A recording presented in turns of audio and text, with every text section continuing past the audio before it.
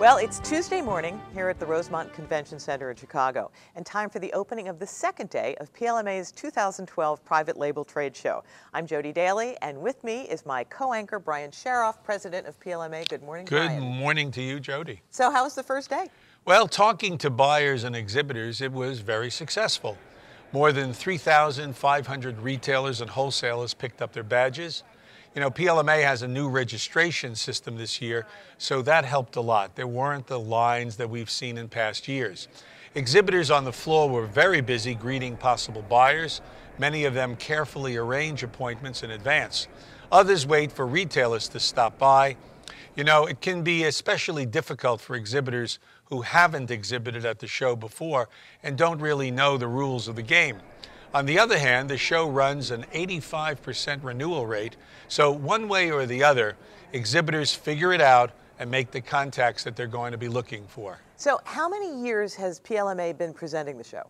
Well, more than 30 years. Wow. You know, it started with 50 exhibitors, tabletop exhibits at the Ramada Inn just down the road, and from there the show has grown and grown each year. Yes, and at a time when many shows are being squeezed and some have actually gone out of business, PLMA's annual show is quite a success story. Well, it's a reflection of store brand's growth in the U.S., and that's what has fueled the expansion of the show each year. Well, David Merrefield talked with some of the early founders of PLMA to understand just how far the industry has grown. Well, thanks, Jodi. We have with us today two former chairmen of PLMA. One is Bill Robbins, the other is Rick Witherspoon, both of whom were vice presidents of sales and marketing for their respective companies. Namely, Bill was with American Safety Razor and Rick Witherspoon with Marico. So Bill, let's start with you. What was some of the impetus, do you think, that was behind the founding of PLMA? What was it really set up to address? Well, we wanted to address primarily the quality aspects of private label, growing the quality image. Both retailers and consumers looked at private label as a price alternative to branded products versus, let's say, a quality image. And we were trying to convince both consumers and retailers that private label products were equal to the national brands.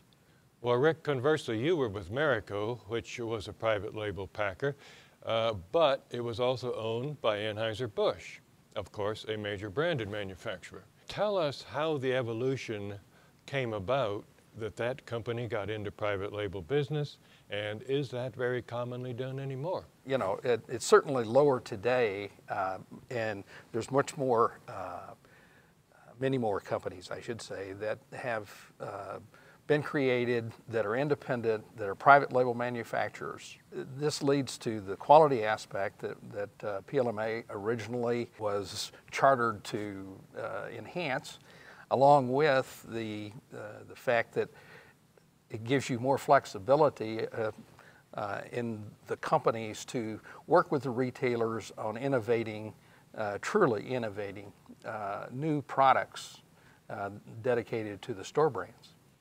Now, Bill, let's swing over to your razor blades once again. Sure. Did you notice in your experience that there's much difference in the way supermarkets merchandised the razors as opposed to drugstores? Food and drug merchandised razor blades in a very similar manner.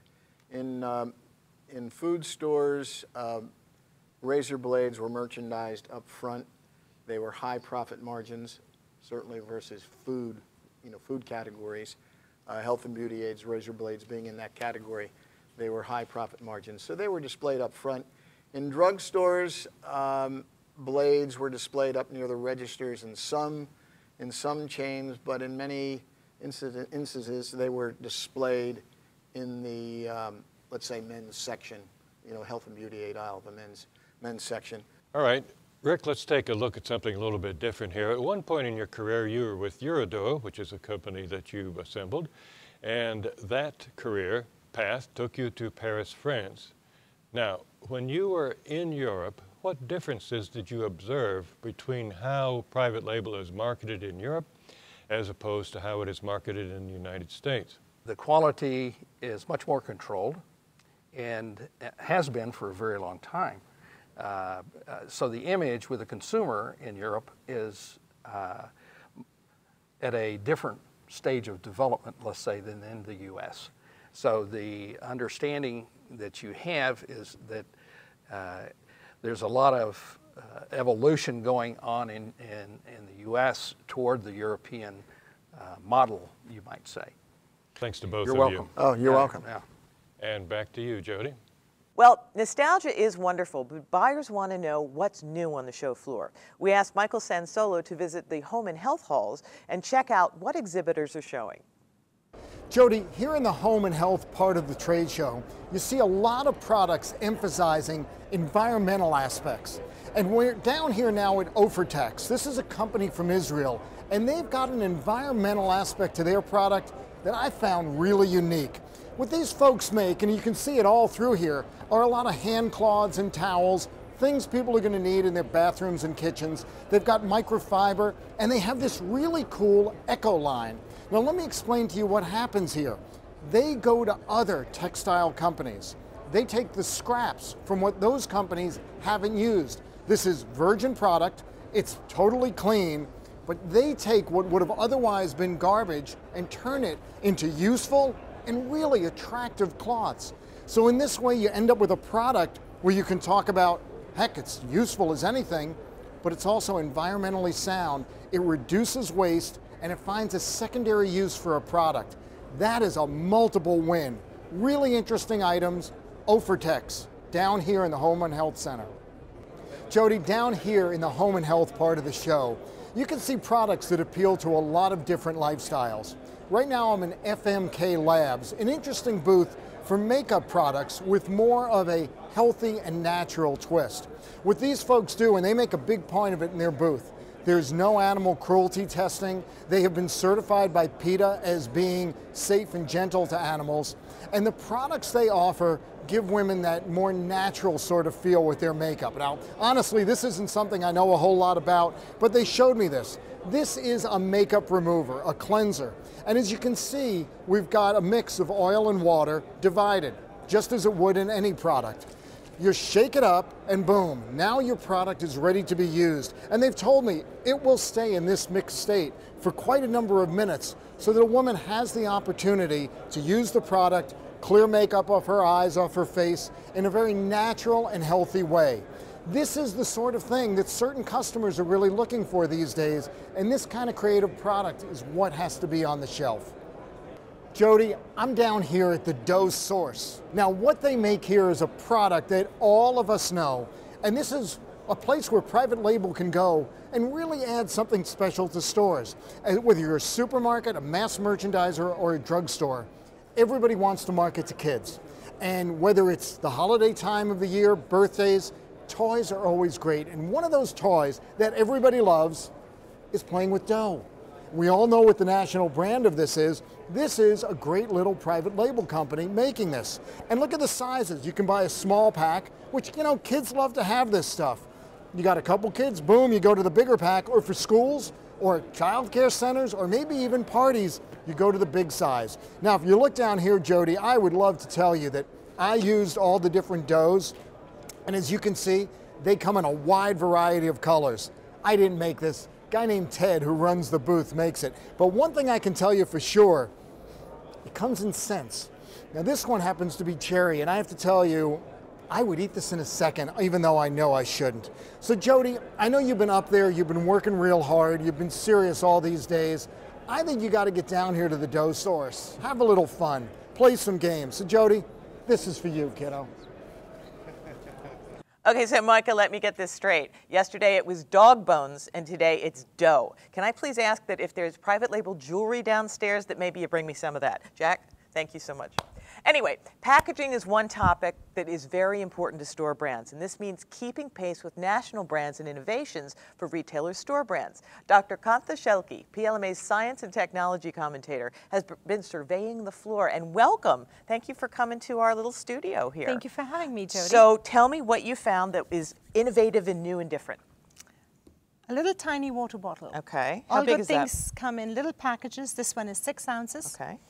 Allows you to stick it in your purse, perfect for a pill, and ideal for your lunchbox for your children. So now you don't have to send juice, you can send a little 6 Exactly. ouncer. That's It really fits great. into the box. Now Perfect. moving on, I see other bottles here, and what is this?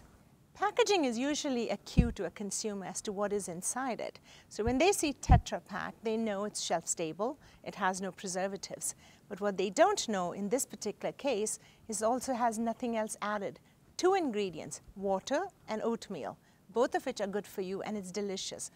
And all of these are the same thing, right? They're all the same. Okay. This one has a 9-month shelf life. This one has a 2-year shelf Okay, life. so 9 months for the bottle, 2 2 years for the 2 Tetra years. Pak. And then this is in a different language, so obviously they're catering to the international consumer. This is actually made in China, in Taiwan. Of course it is. And moving on, we have the little crunchy puffs here. And this is? This packaging is all about convenience. So the internal Mylar packaging allows it to have baked products with cream cheese inside it. Is there some in here that I There can is some show the inside. Mylar packaging? Hold on one second. Okay. Okay, I see. The Mylar packaging as opposed So to it's got cellophane. a baked product with cream cheese inside it. So you don't have to have a baked product and a cream cheese. Perfect, very convenient. So you have in one bite. Okay, so we've got the little water and the Tetra Pak and the regular, which are both great to keep things in. And then Mylar, which is what they make balloons out of, right? correct. That's really neat. Thank you for bringing these great products in. And thank you more than that for not bringing me dough. I appreciate it. I hope you get your private label jewelry, Jodi. You hear Thank that? you for having me. You hear that, Michael? Private label jewelry. Anyway, David Skarie is former co-CEO of Ralcor, one of the largest suppliers of store brands in the U.S. He's been dissecting this year's show in conversations with PLMA President Brian Sharoff. So once again, here in our studio are Brian and David to talk about the future of store brands as we emerge out of the recession and enter into a new period of economic growth. Gentlemen? Thank you, Jodi. So, David, let's talk about the future of store brands. Okay? Are you optimistic? Very much. Really? And why are you optimistic? Well, if you look at all the dynamics in the marketplace, I think the stabilization of where private label is today, meaning it's got a great base to build off of. I think the manufacturer community and the retailer community, in many cases, have gotten the consumer to understand that these are high-quality products at a value price. Not cheap, but a value price. And as a result, what they can do off of that is build into new categories, which they're always working on. But number two is if in concert with the manufacturer and the retailer, they can really get the marketing aspect, which is what the national brands are able to do, to get consumers to understand why they ought to continue to expand their private label selection, meaning they're buying more than 4 or 5 different things. I think when those two powers go together, I think the continual growth is going to be there. I'll give you a perfect example. There's a number of retailers in the country where you see if you buy the national brand, you get the private label free as a trial device. It's a great opportunity for consumers to see what they're already buying and what's there to lose. And they find out not only is this good, it's very good, and it's at that right price for them. Right. But when I talk to many of the manufacturers, not necessarily in all the categories, in certain categories, they're all saying, you know, but you have to beware of the national brands fighting back, because these are big, very resourceful companies with a lot of money to spend, and they will not take this lying down. What do we know about that? I totally agree with that. But you've got two powerful partners in this, and that's the retailer and the private label manufacturer.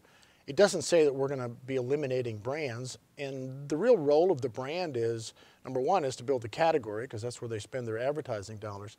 Are they going to give up share? Not without a fight, but I don't think they're going to ever roll their price back to be equal to what a private label brand is. And so there's only so much they can do unless they want to cut their margins, and then they can't do the kind of advertising they expect to build a category. So it's always, I mean, it's been a fight since I got into the private label business. We always say, gee, they're never going to give up.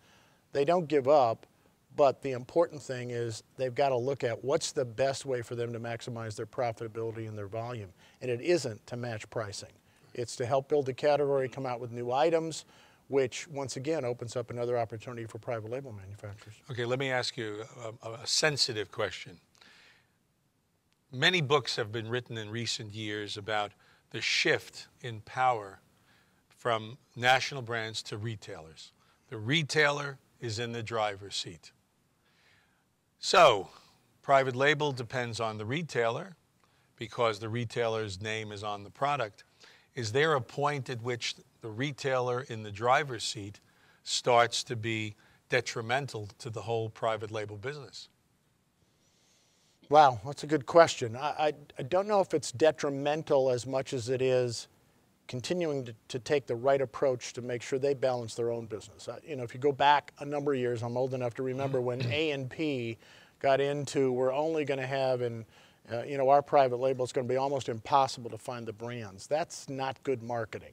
So if you take a balanced approach to say, what's the right thing to do for our consumer, because they still have to compete with the guy across the street, what's the right thing for us to do as far as the offerings we make, both in private label and in branded, and what the price differentials are, I think they will do the right thing. Not everybody will. I mean, it's like anything else. There's always somebody who does the wrong thing. But I think the smart retailers know what's the best way for them to keep the business in their store and not have it go across the street. That's where the balancing act is. Yeah. Let's not leave out the consumer from our discussion. The consumer over the decades has been fairly fickle, you know, because the consumer eventually is looking at how much money it costs to feed the family and so on.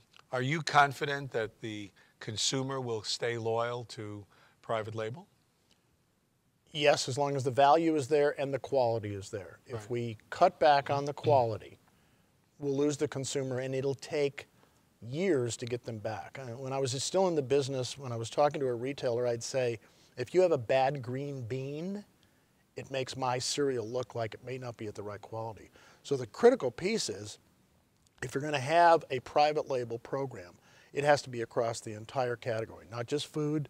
If the soap doesn't clean the clothes, well, gee, you know, private label isn't as good as national brands. So it really takes a long-term approach for the retailer to say, we have to stay focused on making our brand. It's got their name on it. I mean, how much more of a common reason is that, both the supplier and the retailers, that we want to build this brand together? And, you know, let's be honest, there's a certain group of consumers that believe they've got a national brand that's one that's always going to be better and they're never going to change. But that's a pretty small percentage in my mind when you consider over the years, the last 20 years, we've clicked away in each of the categories, a larger share of those categories. Some categories are huge private label categories. Some may be only 8%, but that doesn't mean 1 or 2% over the next couple of years isn't a huge amount of volume. It really is going to take the right kind of approach from the manufacturer working with the retailer to keep the quality up and spend time on marketing the consumer and not spending a lot of time on what I would consider to be non-value added process in the buy-sell relationship with private label. So Jodi, there's a formula for success for store brands, and we go back to you. Thank you so much, gentlemen. Well, for Brian and myself, thank you for watching, and we will see you on the final afternoon briefing later today.